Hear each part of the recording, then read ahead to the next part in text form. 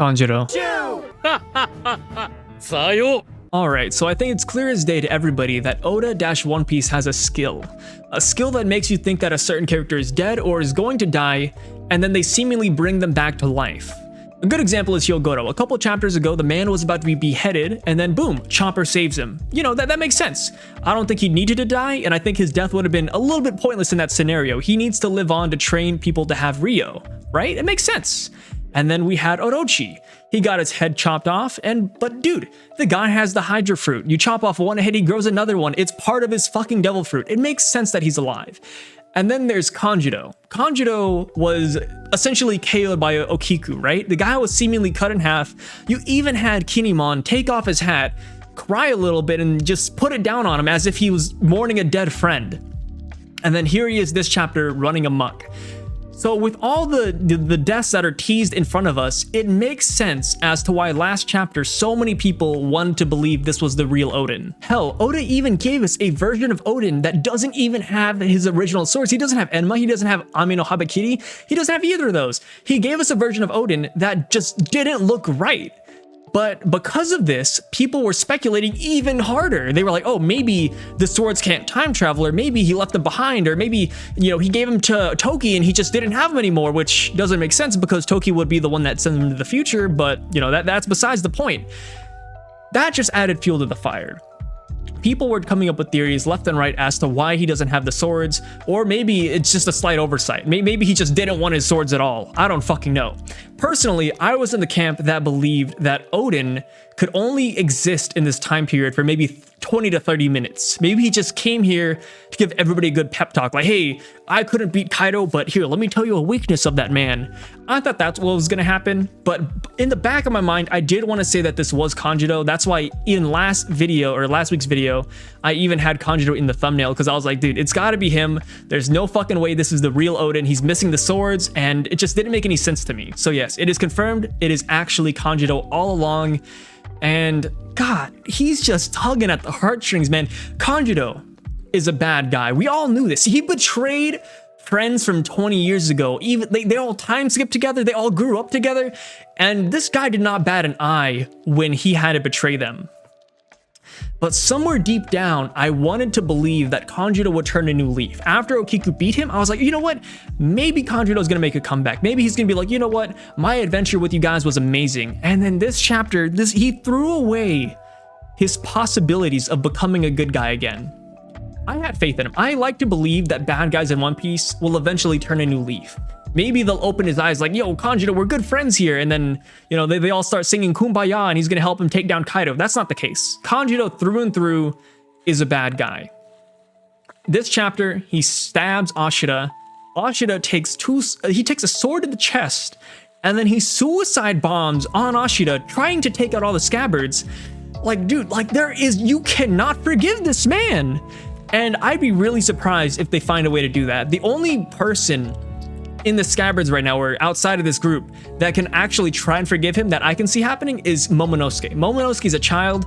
He wants to believe that Kanjuro's still a good guy. I can see it. I can see it happening. Even though he tried to kidnap him, even though he tried to execute Momonosuke, I can see Momonosuke actually vouching for this man in the very end. Or who knows, this guy could just end up at Impel Down for all we know. But yes, Ashura gets blown up to asunder, and we see a little panel of him and his swords on the ground. Ashura cannot move. He's blackened out.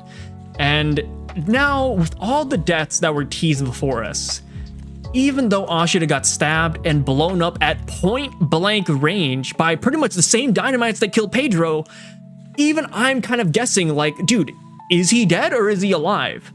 Personally, if I had to guess based off of all of the information we've had beforehand of characters potentially dying and coming back to life, I want to say that Ashura is still there. If Ashura is confirmed dead, I feel like he did have a really noble way of going out. He went out saying, yo, like, don't worry. Even though I knew this was the fake Oden, even I couldn't do too much damage to him. A sharp blade is dull when pointed at a friend. I love that message, and I love that that's his reasoning as to why he doesn't blame Okiku for not ending off Kanjuro. Even though Kanjuro backstabbed them again and again, at the end of the day, he's still their friend. So that's why I have that slight hope that maybe Kanjuro, give him 3 tries, maybe on the 3rd time around, he will turn around and help out the scabbards. I'm starting to think that's highly doubtful, considering that he, you know, actually try to kill all of them this chapter, but yes. Also, one more side note before we leave this segment of the chapter, we still do not know who healed the scabbards. I am putting money down that it is Toki. Normally, I would say Hiyori, but if you look back to last chapter, Kawamatsu was like, yo, like, I saw somebody here, but that can't be right. It had to have been a dream, or he said something akin to that. And I feel like that phrasing by itself kind of negates the fact that it could be Hiyori.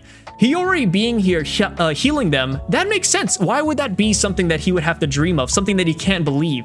The only female that fits this silhouette that he would not believe to be here right now would be Toki. And speaking of Toki, where could this person have gone? Even if it wasn't Toki, where could they have gone? This is literally a locked room with only one entrance, and you have surveillance watching you from the ceiling. So where could Toki have gone? Maybe she time traveled again? I have no fucking clue. And speaking of which, I want to debunk a theory real quick. Some people are saying that, oh, it was actually Kanjuro all along. It was the fake version of Oden that was there healing the scabbards, which Kanjuro is out for blood. There's no way he would heal them and then, you know, be like, hey, I'm healing you guys up and then now let me kill y'all. There's no way.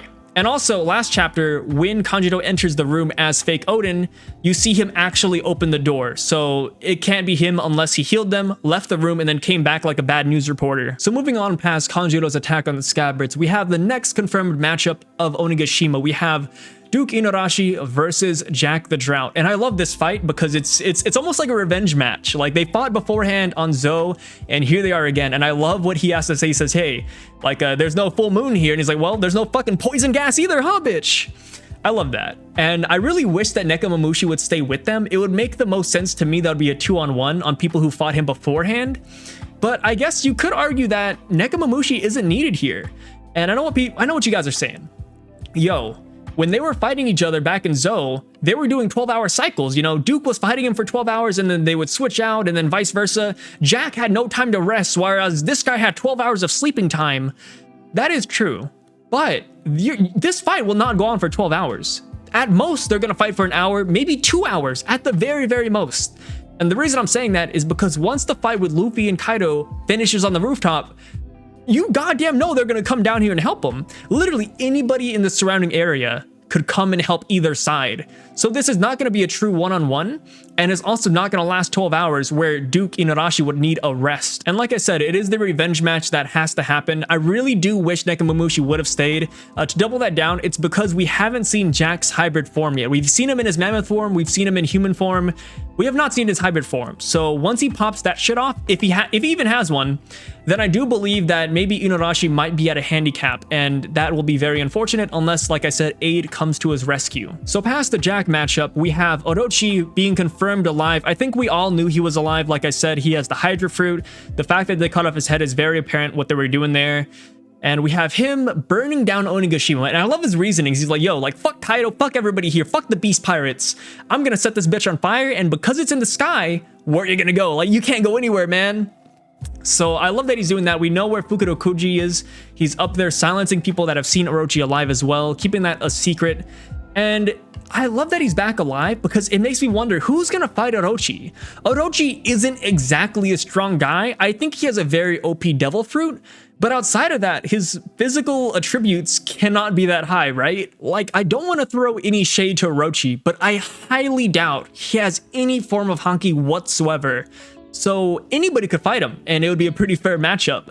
And since he is alive, it brings back the theory that Ame no Habakiri is going to be the sword that finishes Orochi off, just like in the mythology. But with that being said, who is going to be the one that will wield Ame no Habakiri? They wanted to give it to Momonosuke at first, but he's way too young to wield such a powerful sword.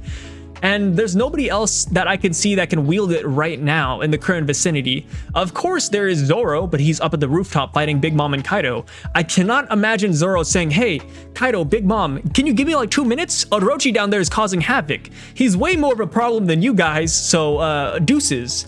There's no fucking way. So somebody on the ground level right now is going to be the one to take him out. And personally, I want to believe it's going to be one of the scabbards. I think Kinemon would make the most sense, kind of getting revenge for Oden and what happened to his family. Or maybe even Kanjuro. Maybe this is where he turns a new leaf, which I very highly doubt since he's on his way to kill Momonosuke. But yeah, the speculations are up in the air, and that's even considering if Oda wants to go that route. The Ame no Habakiri is the serpent slaying sword, like I said, and it just makes sense that it would be the sword that would cut down Orochi as well. So moving on to the next few pages, or should I say next page, we have Momonosuke, Shinobu, and Yamato, and they're kind of going on with their little banter, talking about the mock devil fruit that Momonosuke has in his possession, and then that's when Shinobu's like, hey, I wonder how Luffy and the others are doing on the rooftop, and Momonosuke says, oh, Luffy, he's worn out, but he's high-spirited as ever, and that's when Shinobu says, wait, how the fuck did you know that? Two things. This could either be observation haki. This could be observation haki at a very low level, but then again, Luffy's at the fucking rooftop, so how Momonosuke could have observation haki that amazing is beyond me. But my theory is that Momonosuke is currently using the voices of all things. He can hear Luffy, he can hear his spirit from far, far away. So just a quick refresher on the voices of all things, in case you guys might have forgotten it by now. But this happened back in Zou, when Momonosuke and Luffy were kind of chilling, and then Tsuneishi was like, yo, I need help, somebody please control me. And only Momonosuke and Luffy could hear this. This is an ability that Roger had and what led him to be able to write on poneglyphs, because he could hear the voices of objects and the voices of the creatures around him. It's what happened at Fishman Island when Luffy was at the lower levels and then you could hear the Sea Kings talking. I believe that Momonosuke is using some sort of version of that to hear the energies around him, to hear Luffy and everybody else. I feel like it's very different from observation haki. And if it was observation haki, then why the fuck would Momonosuke have it at such an early age? He would be severely OP by the time he's older if that was the case. So with that being said, this brings us to the hypest part of the chapter. We have Luffy and the rest up at the rooftop, and we are revealed to Kaido's hybrid form. And I gotta say, I personally really like his hybrid form. I think it fits what Zoan hybrid form should look like. It makes sense. He is essentially a skinnier, more leaned out version of his normal form, combined with dragon scales and really cool horns. I can only imagine how it looks like when it's animated, because it's gonna be nice and blue, and I really hope the flames around him are blue as well. I think that'd be a nice little touch. But with that being said, I looked at the comments and I'm surprised by how many people weren't a huge fan of his design. And at first I was like, wait, why don't people like this? And then I looked at the fan art of what people thought Kaido's hybrid form would look like, and Jesus, whoever drew the fan art of Kaido's hybrid form, you did a really good fucking job. I mean, I don't want to say it blows Oda's designs out of the water, but damn, these guys are talented, and I really like where they're going with this. I love the fact that people were imagining Kaido having a really cool like dragon hybrid head, whereas this Kaido is essentially the same head, but he just has scales on his forehead. I still think it's a good design. I don't think the design really matters. I think what really matters about Kaido's hybrid forms are the new abilities he obtained with them. Because at the end of the day, he's still going to be just as powerful no matter what he looks like. It's just like, does he have scales or does he have a dragon head? And at that point, it's a very minor complaint from a lot of people. But like I said, I really like his design now, but Jesus, the fan art's so fucking good. Anyways, on the final chapters here, on the final pages, I love what Luffy says. He says, hey, no matter how much we hit them, no matter how much they don't flinch, they're still human. Our punches will work eventually. And I love that he says that they're still human, because if you remember, Kaido has the title of the strongest creature. Whether if it's one-on-one, Kaido will always win. On land, on sea, and in the skies, Kaido will always win because he's the strongest creature. Luffy saying that he's human kind of brings him down that notch, saying, oh yeah, you know, like he might be the strongest creature, but he's still human. So it doesn't matter if he's the strongest. I love that. I feel like it's a very small like Easter egg almost, but I feel like it shows that Luffy is going to be the one to take down Kaido. And I feel like that little phrase we got in Kaido's introduction is going to be what happens here. It says in 1v1, this is very obviously not a 1v1. And Luffy, as much as I love him, he will not be able to take down Kaido by himself. And they even mentioned splitting up the emperors. And when they said that, I have a little lineup, a little fantasy football league set up in my mind on what these matchups will look like. So starting with Big Mom, I feel like Big Mom is going to be taken care of by Kid, Killer, Law, Apu, and Hawkins. I feel like that makes the most sense to me. Obviously, you could knock off Apu and Hawkins because they're not currently here, but I do feel like they will switch sides and they will come up to the rooftop to join the Supernova Battle Royale. And while I would love to see some heavy-hitting duo tag team action from Luffy and Kid fighting Kaido, I feel like it just makes more sense if we had a heavy hitter like Kid fighting Big Mom. You can't have Big Mom fighting, I wouldn't call them scrubs, but they're definitely not the highlights. The highlights right now are definitely Kid, Luffy, Zoro, and Law. Killer, he's up there, but you know, he's definitely not as strong as them. So with that being said, that's my lineup for Big Mom. For Kaido, I have Luffy, Zoro, Yamato, and Drake. I know Yamato is not currently on the rooftop, but Momonosuke is showing some signs of wanting to go and see Kaido to fight him off. He was really wishing to be useful. Yamato, it makes sense that she would fight her father as Kozuki Oden. And the reason I'm bringing up Drake is one, because he is another supernova that are currently here, but two, I feel like Drake being up at the rooftop helping Luffy fight off Kaido would lead Luffy some sort of credence or repertoire among the Sword Initiative. I feel like that would be the best way to grow the story and to have the Sword Initiative see Luffy as the solution to pirate problems or the world government's problems. So with Luffy and Drake working side by side, Drake would eventually put in a good word for Luffy, thus progressing the story later on. Just going back to the lineups here, I'm throwing a little picture here so you guys can see what I'm talking about. We have the Big Mom lineup, and if I had to add a +1, if I had to add one more person to this list to fight off or kind of stall Big Mom, I really want to add Sanji. This is a hot take. I know, this is a very hot take.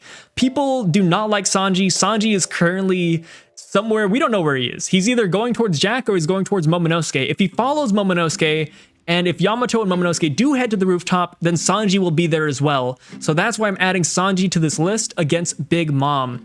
It makes sense that Sanji would want to get revenge on Big Mom ever since Whole Cake Island.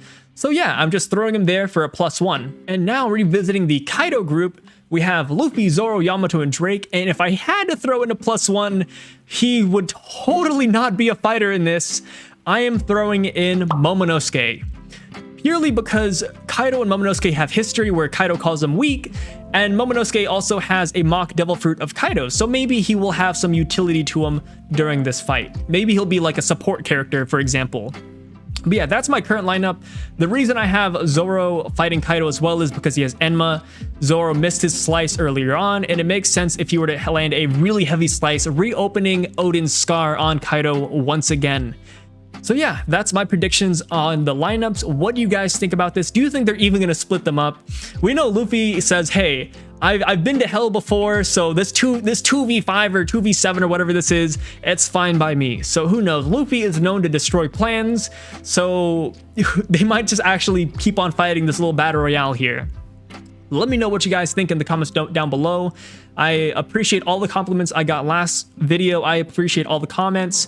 I try to respond to as many as possible. I think I got like 200 plus comments, and I think I responded to like 150 of them. If I didn't get to yours, it's either because it's very short and doesn't really need a response, or because I just after like a couple days I'm like, okay, I forgot about this video. It's over there now. I'm not gonna worry about it.